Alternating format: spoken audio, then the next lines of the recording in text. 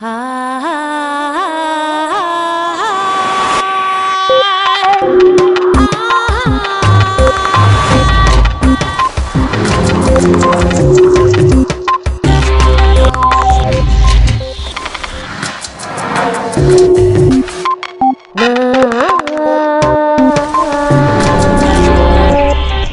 bajo una cadena de pensamientos que selecciona y aísla un único aspecto de la realidad. Mathieu Ricard. Un día, cuando caminaban por una región montañosa, Gautama Buda, ya mayor, bajo el sol de mediodía, le dijo a su discípulo Ananda: Estoy sediento, Ananda. Cuando atravesamos las montañas, pasamos un arroyo. ¿Puedes retroceder el camino y traerme un poco de agua? Ananda, deshaciendo el camino, llegó al arroyo. Pero cuando llegó allí, se dio cuenta de que unas carretas acababan de atravesarlo, embarrándolo todo. Las hojas muertas que antes yacían en el fondo, ahora flotaban sobre el agua. Ya no era bebible y, por supuesto, no podía llevársela a Buda. Así que decidió regresar junto a Buda. Además, sabía que unas millas más allá del sitio en donde habían parado, corría un gran río de agua cristalina. Y Buda, que era muy estricto, le dijo: Vuelve otra vez, porque recuerdo que cuando pasamos esa agua era pura y cristalina. Ananda protestó: Entiéndelo, entre que llegamos aquí, pasaron unas carretas por el riachuelo y el agua ya no es bebible. Lo sé, dijo Buda. Pero ve y siéntate a la orilla, lleve el tiempo que lleve. Ve y siéntate. No te metas en la corriente, porque si te metes en ella la ensuciarás de nuevo. Simplemente espera, observa y no hagas nada. Esas hojas muertas desaparecerán, el barro se asentará. Entonces llena mi cuenco y regresa. Ananda fue al riachuelo de nuevo, porque no podía desobedecer a Buda, y allí se sentó esperando. Y esperando, vio que el barro y las hojas muertas se iban asentando despacito, dejando el agua clara y pura, tal cual es su naturaleza. Llenó su cuenco y de regreso entendió lo que Buda trataba de decirle. Ananda, no te metas en el río. No sigas la corriente de tu mente. Espera en la orilla y simplemente observa. La naturaleza verdadera de tu mente es esa claridad cristalina, ensuciada por pensamientos y emociones pasajeros.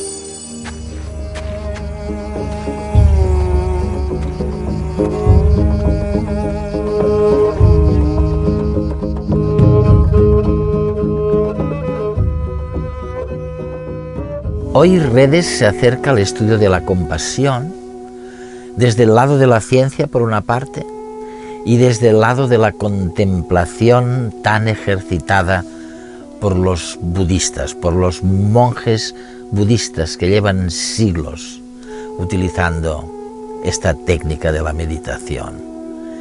Y lo hacemos de la mano de un gran biólogo molecular que al mismo tiempo es monje budista. Es y lo ha sido durante los últimos 40 años. Me refiero a Mathieu Ricard. Mathieu Ricard es hoy el parangón de la meditación, tanto como de la búsqueda de nuevas materias con las que completar nuestro instrumental para gestionar las emociones. Y en lo que él ahonda y en lo que él ha buscado descubrir qué podemos aportar de nuevo es sobre todo en la compasión y en la gestión de las emociones, en donde habíamos pecado definitivamente del lado más competitivo y egoísta del género humano. Según Mathieu Ricard, la felicidad no es una sucesión interminable de placeres que terminan por agotamiento, sino una forma de ser.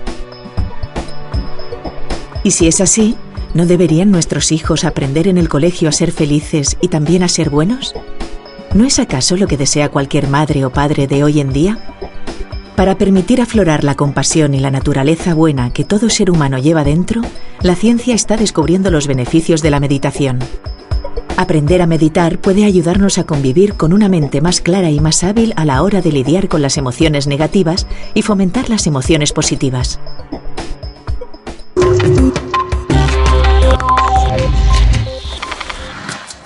Ricard, Mathieu Ricard. Nos encontramos hace varios años.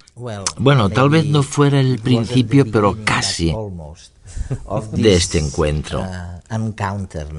Este encuentro que es entre científicos occidentales y los contemplativos budistas. De hecho, tú has sido ambas cosas, porque sé que eres biólogo y un gran biólogo, pero a la vez cuentas con una larguísima experiencia como budista contemplativo.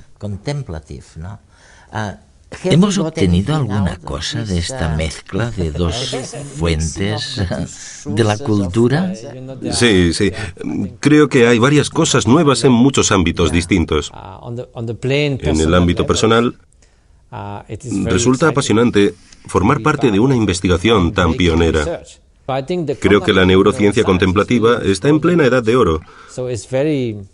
Y es muy inspirador participar en esta era de descubrimientos magníficos. Además, desde la perspectiva budista, la idea es contribuir con algo a la sociedad. Si pudiéramos ayudar a lograr que las personas encontraran más equilibrio emocional, forjaran una sociedad más compasiva y fueran más felices y más altruistas, sería estupendo. Por ejemplo, el año pasado empezamos a estudiar varios aspectos del amor altruista, de la empatía, la compasión con objeto y sin objeto, de una manera muy detallada, relacionándolo todo con los fenómenos cerebrales. Queremos saber cómo se pasa de la benevolencia a la empatía, a identificarse con el que sufre, y luego la compasión, que es el deseo de que los demás dejen de sufrir y de buscar un remedio para el sufrimiento y su causa. ¿Cuál es el proceso? ¿Cómo funciona? ¿Cómo se relaciona con el cerebro? ¿Hay que sentir el sufrimiento del otro para sentir compasión o no? ¿Basta con el amor altruista? Todas estas cosas se pueden estudiar desde la perspectiva de la meditación y de la neurociencia, y se pueden aunar ambas. Así que es maravilloso. La neurociencia sorprendió a todo el mundo hace unos años cuando declaró a Mathieu Ricard el hombre más feliz del mundo. Francés, doctor en bioquímica, trabajó en el Instituto Pasteur con el premio Nobel Jacques Monod y luego se reconvirtió en monje budista. Ricard y otros meditadores de larga experiencia fueron sometidos a un exhaustivo experimento con escáneres cerebrales para medir las consecuencias de un tipo de meditación concreto en el que se genera un estado de amor y compasión pura, no enfocada hacia nada ni nadie en particular.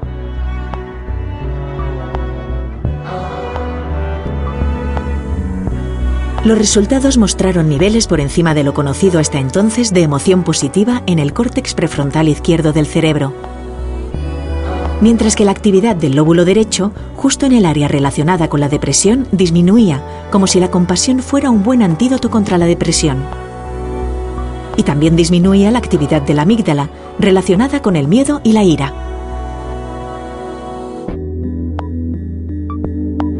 Otros estudios similares han demostrado que el nivel de atención de estos meditadores es mucho mayor que el del resto de población y pueden mantenerlo durante más tiempo. Pero, ¿qué ocurre con los meditadores novatos? ¿Hay algún beneficio para ellos? Para comprobarlo, un grupo de empleados de una empresa realizaron 30 minutos diarios de meditación durante 3 meses. A lo largo del estudio, los empleados reportaron un descenso en sus niveles de ansiedad y se pudo ver que se incrementaba la actividad de su córtex prefrontal izquierdo, es decir, sus emociones positivas. No desesperen. No es necesario meterse a monje ni perderse en una cueva de los Himalayas. Un poco de disciplina es suficiente para lograr cierto control mental y mejorar el nivel de felicidad en su vida. Es fantástico porque estas dos fuerzas que se unen tenían una idea muy diferente de lo que somos. Para gran parte de la ciencia occidental, el ser humano es intrínsecamente malo. Lo que hay es un culto al egoísmo. Eso es. Y me parece muy extraño, porque no encaja con los datos científicos, sino que se trata de una especie de distorsión a priori. Podemos verlo en la economía y en algunos aspectos de la evolución. Y también en algunos aspectos de la psicología hay toda una escuela filosófica llamada egoísmo psicológico, e incluso algo denominado egoísmo ético, que postula que somos egoístas y que eso está bien, que debemos serlo, que por qué preocuparnos, Hay que sobrevivir. que por qué sentirnos culpables si no ayudamos a los demás. Me parece la receta perfecta para llegar a la catástrofe completa. Por no hablar de que es profundamente engañoso, porque presupone que cualquier conducta o motivación que parece altruista tiene siempre detrás una motivación egoísta. Una motivación subyacente, ¿no? Y se convierte en una especie de dogma. Además, en el psicoanálisis, prácticamente todo lo que hacemos está motivado por el yo. Si intenta ser bueno, es a costa de algo. Vamos, que no es demasiado bueno para tu estado mental.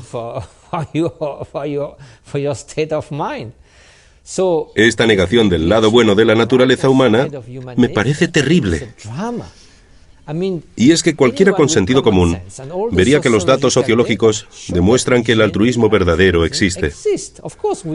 Por supuesto que también somos egoístas a veces, y que hay personas más egoístas que altruistas, pero decir que el altruismo auténtico no existe es una tontería. Y sin embargo, muchos biólogos amigos míos han mantenido durante muchísimos años que no querían ni oír hablar del altruismo. No, pero mira los datos. Por ejemplo, las personas que rescataron familias en épocas de opresión, como con los judíos durante la ocupación nazi. Hubo familias que intentaron protegerlos, que los escondieron en su casa. No eran parientes suyos. No pertenecían a la misma religión o al mismo acervo genético. Eran absolutos desconocidos. Y no podían esperar nada a cambio. Asumían riesgos enormes para sí mismos y para sus familias. ¿Cómo hablar ahí del gen egoísta? Ellos te dirán, por supuesto que tuvimos que hacerlo. Somos parte de la misma familia humana. A ver si puedes encontrar una motivación egoísta ahí. Imposible. Es una tontería, por eso hay que explicar la realidad. Pero Mathieu, ¿aceptarías entonces que al principio de este argumento, de este debate, o de esta discusión, el budismo estaba más cerca de la ciencia, en el sentido de que vuestro concepto de la naturaleza humana era bueno? Bueno, existe un potencial para el bien que siempre está ahí. Eso es. Es como si un pedacito de oro cayera en el fango y se quedara ahí mucho tiempo. Seguiría siendo oro y se podría pulir y limpiar luego.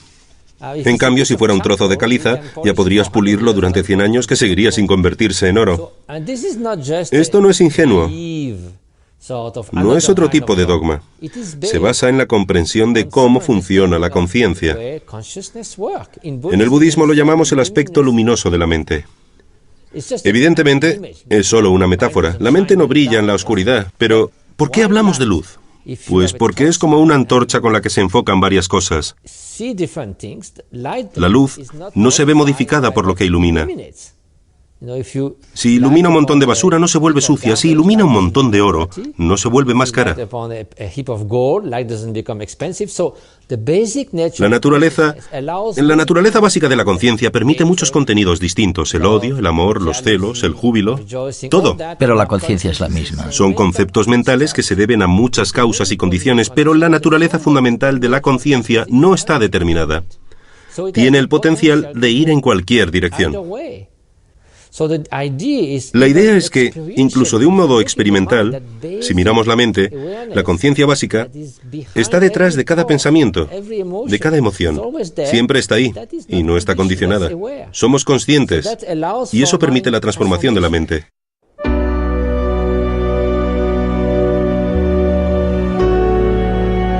Nuestro estado mental, la forma en que interpretamos lo que nos sucede, es lo que realmente determina nuestro grado de felicidad y bienestar interno.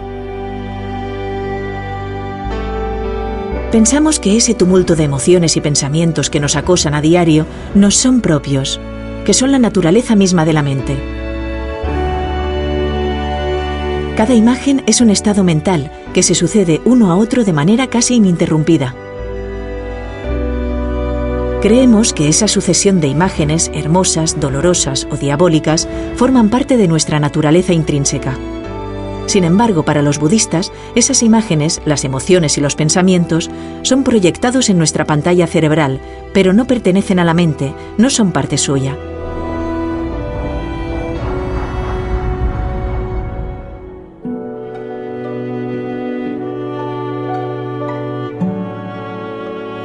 Los meditadores son capaces de percibir y enfocar su atención en lo que hay detrás del flujo continuo de pensamiento, es decir, a la claridad de la pantalla.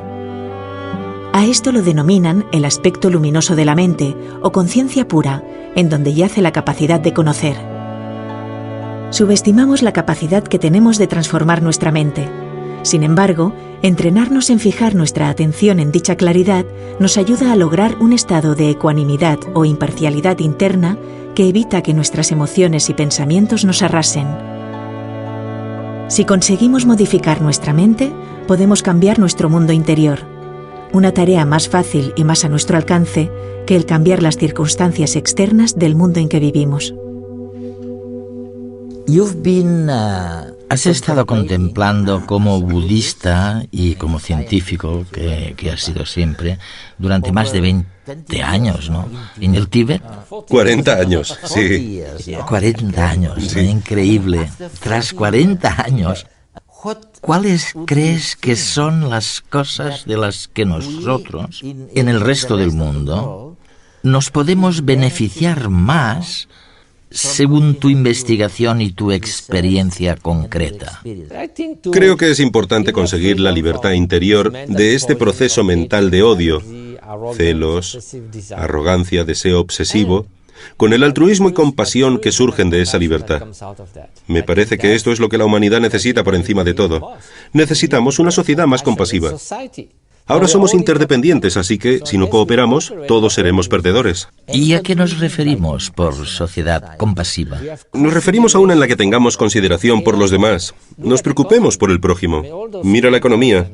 Todos estos escándalos y crisis son producto del exceso de codicia, de personas a las que no les importa realmente los ahorros que manipulan. ¿Por qué disminuye la calidad de vida? ¿Por qué existe una brecha tan grande entre el norte y el sur? ¿Por qué hay toda esta pobreza? El mundo podría solucionarlo todo fácilmente con los recursos que tenemos. El altruismo es el único rasgo que podría abordar el presente, el medio plazo y el largo plazo. Y esto conduciría, con toda probabilidad, a grandes reformas en el sistema educativo, ¿no? Bueno, tiene que hacerlo, sí. No tengo hijos, aunque sí participo en 40 proyectos humanitarios con 15.000 niños para los que construimos escuelas. Así que cuento con cierta experiencia tratando con niños. ¿Y qué esperamos cuando educamos a los niños? Convertirlos en seres humanos buenos, personas que sean felices en la vida, que no estén deprimidas y se suiciden. ¿Acaso basta con desarrollar su inteligencia y llenarles la cabeza de información sin desarrollar ninguna cualidad humana? Queremos personas buenas y equilibradas. Pero la educación parece estar interesada en cualquier cosa, salvo eso. Por tanto, hay algo que claramente falta. Lo que está sugiriendo es que probablemente no deberíamos preocuparnos tanto de los contenidos académicos y sí un poco más de las cualidades humanas necesarias para ser felices. Por supuesto. Solamente estamos cultivando herramientas. La inteligencia es una herramienta, la información es una herramienta. Y una herramienta se puede utilizar de un modo constructivo, de un modo destructivo, o se puede desaprovechar. Se puede usar un martillo para construir una casa, para destruirla. O bien se puede desperdiciar el martillo dejándolo en un cajón y no utilizándolo nunca. Así que una herramienta por sí misma, sin una intención, sin una actitud, sin un valor, no es absolutamente nada.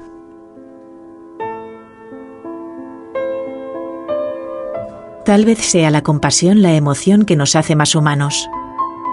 No podemos experimentar compasión por nosotros mismos como seres aislados, sino que ésta surge en relación con el otro. Nuestra individualidad, de algún modo, se suaviza al entrar en relación con el dolor y la necesidad de los demás, promoviendo en nuestro interior el deseo de ayudarlos. La filosofía budista considera que la naturaleza real del hombre es compasiva, y parte de su entrenamiento mental está dirigido a fomentar esa compleja emoción. Durante el entrenamiento, la parte emocional que nos conmueve y abruma, cuando por vez primera observamos el dolor ajeno, deja paso con el tiempo a una compasión más sosegada, aunque igualmente profunda. Un punto de vista bien distinto del de Occidente, donde tradicionalmente nos hemos reconocido especiales y distintos al resto de la naturaleza. Al comienzo, la idea de la supervivencia del más apto fue llevada a extremos por algunos filósofos del siglo XIX como Herbert Spencer, quien declaró: «Al débil y al estúpido de la raza se le ha de dejar morir, de modo que el fuerte pueda sobrevivir y la raza humana en su conjunto progresar hacia mayores perfecciones».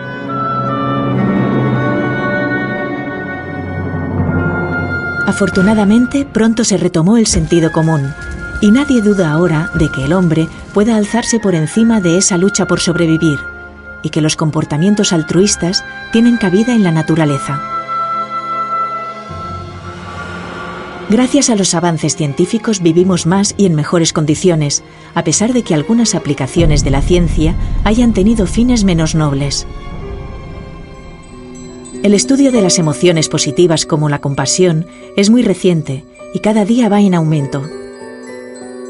Tal vez sea hora de dar una vuelta más de tuerca e incorporar la compasión no solo como objeto de estudio, sino como la conciencia de la ciencia que vele por el bien común en todas sus aplicaciones.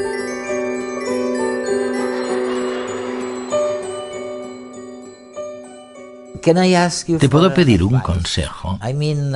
Sí, claro. Sé que uno de los grandes descubrimientos de la contemplación, del budismo, ha sido justamente perfeccionar la atención, la primera fase del conocimiento, por así decirlo, para concentrarse en algo.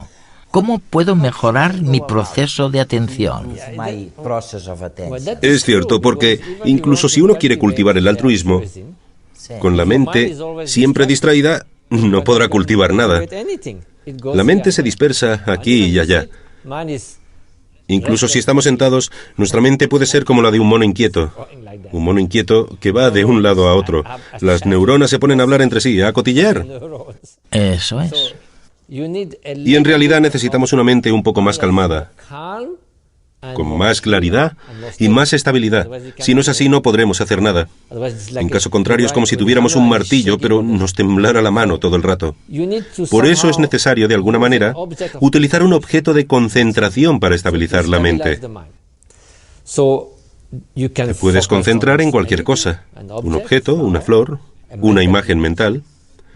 Pero resulta bastante útil concentrarse en la respiración. ¿Por qué? Pues imagina que te dijera que te concentraras en una luz roja centelleante. Podrías quedarte mirándola, pero tu mente seguiría deambulando. Mientras que, si te concentras en la respiración, no puedes verla. Es muy sutil. Y si dejas de concentrarte, es como si lo perdieras. Así que fácilmente puedes ver si te distraes o no. Ya veo. Con la respiración solamente ves la sensación. Cuando respiras por la nariz tienes una ligera sensación en los orificios nasales. Y se trata de quedarse sentado tranquilamente, pensar en respirar por la nariz y luego notar la sensación del aire que sale y entra. Así. Unas 21 veces, o unos 10 minutos. Hacerlo permite calmar la mente. Muchas personas te dirán, no, yo no valgo para eso. Tras 3 minutos mi mente está completamente distraída. Es normal, no es culpa de la meditación, es porque la mente no está entrenada. Y si no perseveras, nunca aprenderás nada. Así que, en lugar de tener remordimientos o sentirte culpable con ideas como, yo no valgo para esto, o cosas así, que al final no dejan de ser más distracción, en cuanto descubras que te has distraído, no pasa nada. Tienes que volver a la respiración. Luego, si lo haces durante un rato y lo repites regularmente, verás que la mente se calma, se vuelve más clara y que puedes utilizar esta mente un poco más flexible para cultivar el altruismo, la compasión o lo que quieras. Con la meditación o sin ella, vamos a tener que aprender aquellas materias o habilidades nuevas que no nos han prodigado los sistemas educativos hasta ahora, que son absolutamente necesarias para tener una visión un poco más correcta, menos egoísta, más compasiva del mundo y de nuestras relaciones humanas.